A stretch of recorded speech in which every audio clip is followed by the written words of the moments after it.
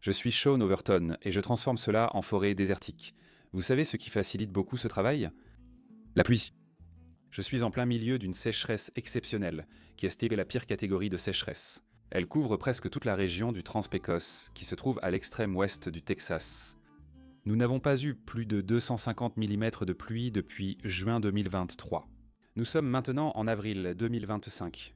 Nous approchons des 2 ans, et même si la récente pluie n'a pas atteint 1 pouce, c'est la pluie la plus conséquente que j'ai eue pendant cette période, soit 0,81 pouces en 24 heures.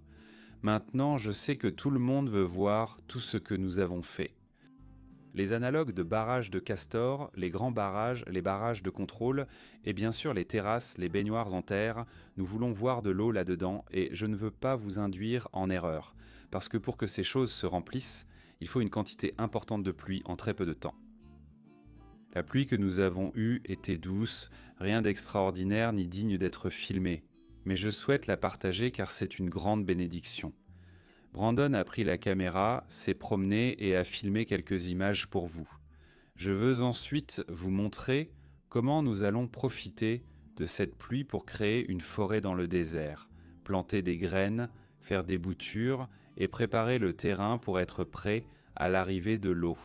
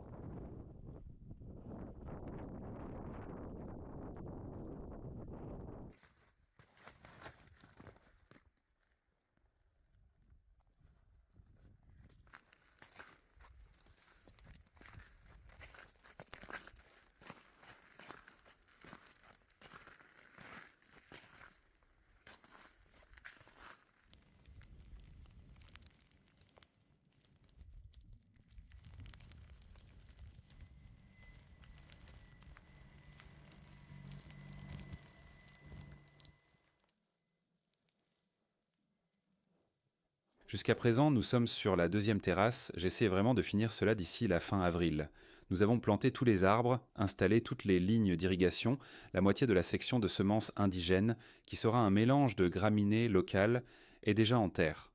Nous faisons la dernière partie en ajoutant quelques cactus lechuguilla, et sur cette dernière portion, nous ajoutons quelques arbres que j'ai achetés en essayant de mettre en œuvre l'agroforesterie syntropique. Nous allons commencer sur la terrasse où j'ai des arbres prêts à être plantés et quelques autres plantes, puis vous allez descendre avec moi dans le canyon Cottonwood. Il est temps de prélever quelques boutures d'arbres. J'ai hâte de récolter ce que le canyon a à m'offrir. J'espère étendre ce travail aux terrasses où j'ai le bulldozer pour retenir plus d'eau et simuler les conditions du canyon. En ajoutant de l'argile et d'autres amendements, j'espère donner au système l'élan nécessaire pour établir des arbres et créer ma forêt désertique. On commencera par l'agave, puis on mettra le cactus devant. Arbre, agave, cactus. Agave cactus, agave cactus. Oui, D'accord. commençons par le mûrier. Le mûrier rouge, qui est presque originaire du désert de Chihuahua, presque indigène. Presque indigène. Ça sent vraiment bon. Je pense que c'est du romarin qui reste par contre.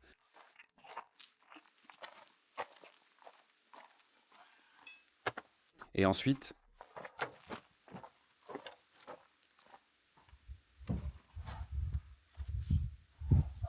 romarin et pourpier.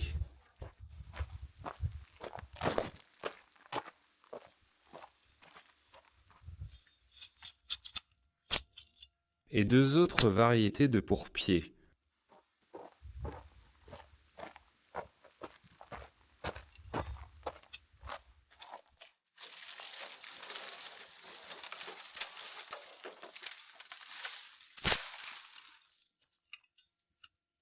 D'accord, donc je veux en quelque sorte faire glisser toute cette terre, puis... Donc ça doit être cassé, ce qui me rappelle que Jenny s'est occupée de cet arbre pour nous, donc de ces arbres, donc tout le mérite lui revient pour les avoir ramenés, ils étaient presque morts. Bravo Jenny. Bravo Jenny, mais elle tient à récupérer son pot, donc on va le faire. Les arbres doivent être séparés. Ouais, Fais donc bien attention en séparant la motte. On fera de notre mieux pour les récupérer. Dans la terre et leur maison permanente. Donc ce que je veux, c'est une petite communauté de plantes, mais je veux étaler le mûrier. Donc je veux un mûrier, une pourpier et un romarin à cet endroit. Il ne te reste qu'un mûrier et un pourpier. Puis plus rien, seulement le mûrier.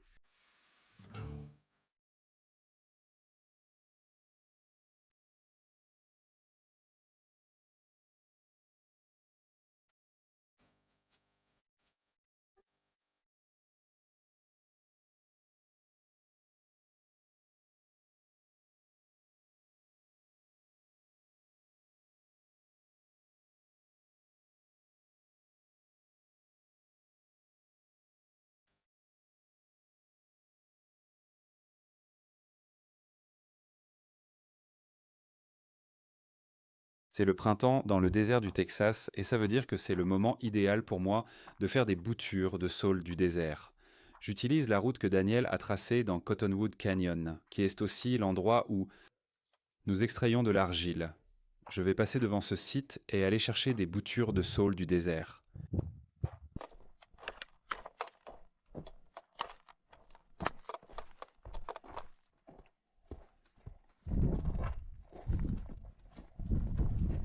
J'adore cette route, elle rend tellement plus facile de justifier de passer du temps ici. Ce n'est même pas encore une vraie route. Mais bientôt. Tout ceci, c'est de l'acacia à griffes de chat. À gauche et à droite, il n'y a que du yucca. Je pense que c'est du satol. C'est du satol. Je n'avais jamais remarqué que tout cela était du satol. C'est génial. Sur le chemin du retour, j'ai mes gants. Voyons si je ne peux pas prendre quelques boutures et multiplier les plantes sans saines. Je ne sais pas quel faucon tu es, mais tu es cool.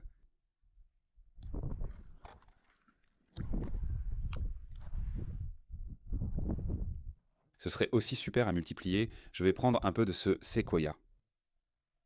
Je suis venu ici en pensant prendre du saule du désert, ce que je ferai.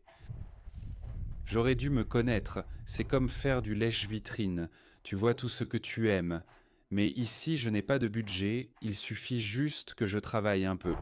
Eh bien moi aussi je traînerais là-bas si je faisais une longue marche, quel super endroit pour se reposer lors d'une journée chaude, mais si tu n'es pas au courant de la frontière, on a des tonnes et des tonnes de microtraces qui passent par ici dans ce canyon. C'est un peu comme une autoroute pour eux. Si tu te souviens de l'année dernière, j'ai cueilli un peu de faux pistachiers du Mexique. Et c'est ça. Mais j'ai littéralement dû faire 3 kilomètres pour y aller et revenir ici. Mais maintenant, elles sont juste ici.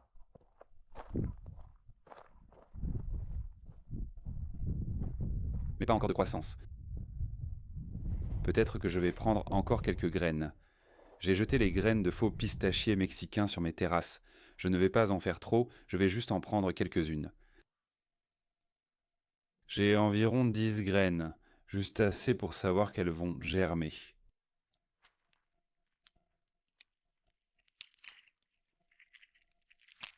Je vais essayer ça aussi, mais je vais prendre seulement 3 boutures. Si je vois de nouvelles pousses,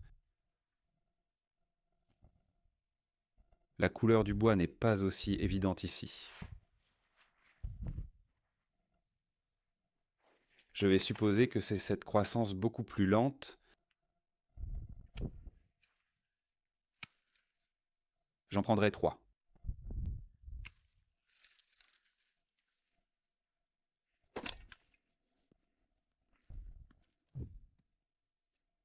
Espérons que je n'aurai pas à changer les piles ou autres, car j'utilise mon sac photo d'une façon non prévue.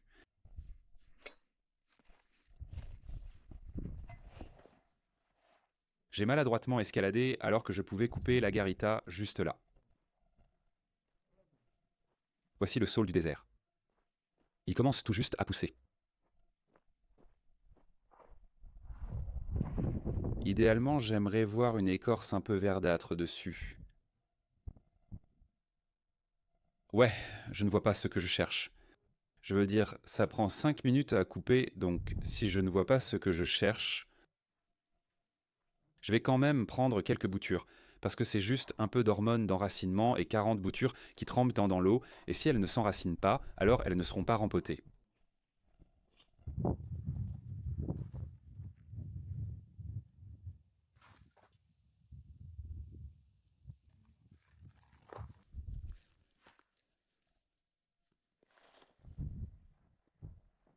C'est ma récolte, on va voir si on peut faire démarrer ces gars-là et si on voit des racines dans quoi peut-être 2 semaines, alors j'enverrai Brandon ici avant de revenir en mai, il prendra plus de boutures et plantera plus de choses. Voyons si on ne peut pas obtenir d'autres boutures, d'espèces différentes.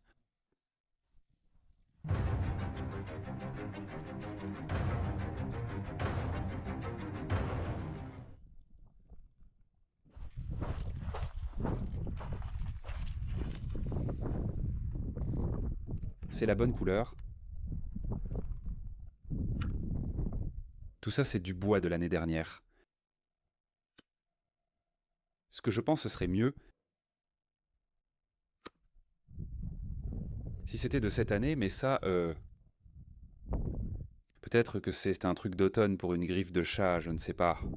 C'est tellement génial d'être ici l'après-midi. Je trouve que le soleil est vraiment désagréable, mais à l'ombre, c'est parfait. Épine blanche.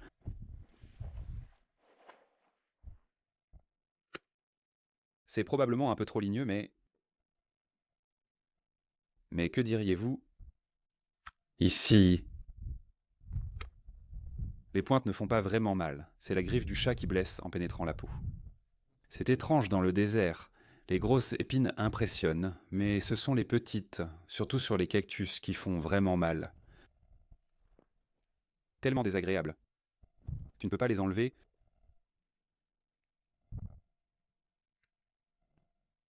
Comme je ne sais pas ce que je fais, je vais prendre différentes boutures à différents stades de maturité.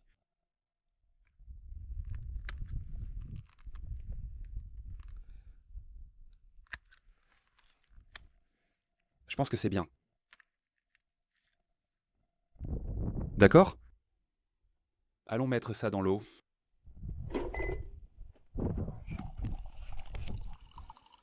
C'est suffisant? D'accord, j'ai mon petit système ici. Je prends des boutures de saule du désert. Dois-je enlever les feuilles ou juste couper les parties mortes? Pour les boutures de saule du désert, il vaut mieux enlever la plupart des feuilles. Cela aide la bouture à concentrer son énergie sur le développement des racines plutôt que sur le maintien du feuillage. Laissez quelques feuilles en haut pour la photosynthèse. Supprimez aussi les parties mortes ou abîmées pour maximiser les chances de réussite de vos boutures.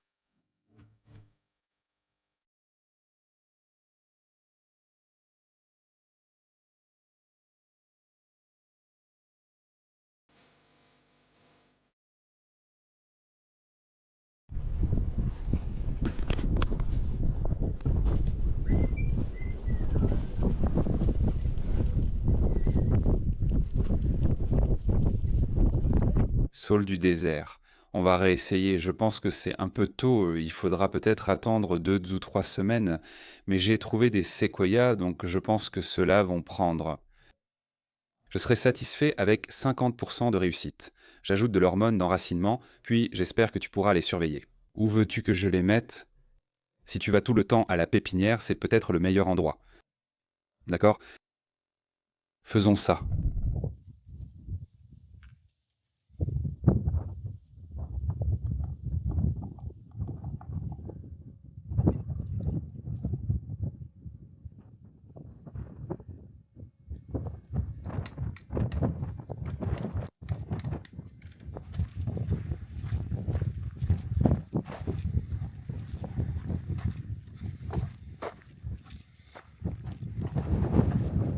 Bonjour les petits amis.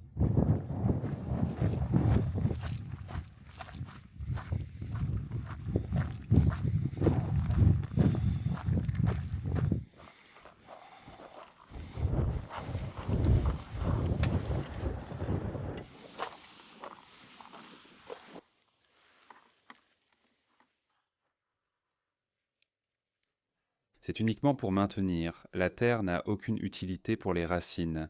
Elle sert juste à éviter que la bouteille te tombe. Mais laissez-moi vous faire une petite visite rapide. Ces seaux servent à offrir un maximum d'abri à tous. Tout ça, ce sont des mûriers blancs. Oui, parce que je peux voir les petites graines blanches juste là. Donc tous les mûriers se portent vraiment bien. Ça a l'air d'aller... Enfin, sauf celui-là. Celui-là n'a pas l'air en forme. Maïs. Ils semblent en forme et le sol est bien humide. C'est super. Ce sont des baies de goji. Et nous en avons transplanté tellement à l'automne et elles n'ont pas survécu. La seule qui a survécu est assez grande, donc celles-ci vont probablement devoir rester une année entière avant qu'on puisse prendre le risque de les mettre dehors. Et voici mon agave qui, honnêtement, a l'air assez mal en point. Je l'ai sorti. Dans mon pick-up double cabine, et la terre a été tellement bouleversée que j'ai dû tout replanter. Et j'aurais de la chance si j'en sauvais 10 tellement ça a l'air mal en point.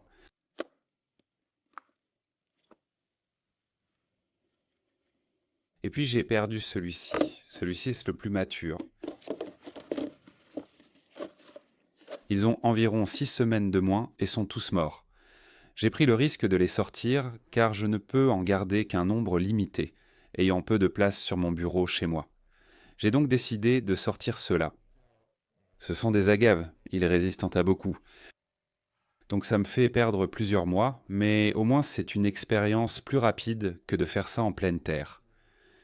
Je vais devoir recommencer avec les agaves, mais heureusement j'ai acheté trop de graines donc je peux me rattraper. Mais voyons ce qu'on a d'autre. Je ne sais pas s'il y a quelque chose dans ces bacs. Brandon gère la pépinière, donc Ceux-ci devraient être des jujubes, mais ça ressemble... Oui, ce n'est pas un mûrier. Donc ça, c'est un jujube. Bien que les graines de jujube soient énormes, donc je ne sais pas trop ce qu'il en est, mais on a quelques germinations, ce qui est génial. Donc il fait ça pour contrôler l'humidité, on pourrait probablement tenir encore quelques jours. Oui, donc ce sont les... Oh, je sais, ceux-ci sont des Lucana, c'est Leucaena retusa, donc c'est une espèce native et c'est celle qui m'enthousiasme vraiment. Laisse-moi voir si je peux trouver l'enveloppe de la graine. Oui, voilà. Donc ce sont les gousses de Leucaena retusa. Génial. J'ai hâte d'avoir ça parce que c'est une espèce native et elle pousse assez rapidement. Et elle répond à toutes mes exigences en matière d'ombre, de tolérance au froid, de tolérance à la chaleur, et les gousses ce sont comestibles pour le bétail en quantité limitée. Je ne sais pas ce que c'est, il a quelque chose en tête. Et maintenant, vous avez vu la pépinière, et ça, à part la gave, et oh, c'est une yucca rouge qu'Aaron de Red Oak a donnée. Alors merci Aaron, nous allons la planter bientôt. Mais tout le reste, c'est surtout le fruit du travail acharné de Brandon, donc je suis vraiment enthousiaste. Nous allons remplir cela petit à petit. Avec un peu de chance, ces boutures vont commencer à occuper beaucoup plus d'espace et nous sommes aussi... Oui, c'est un bon endroit pour s'arrêter.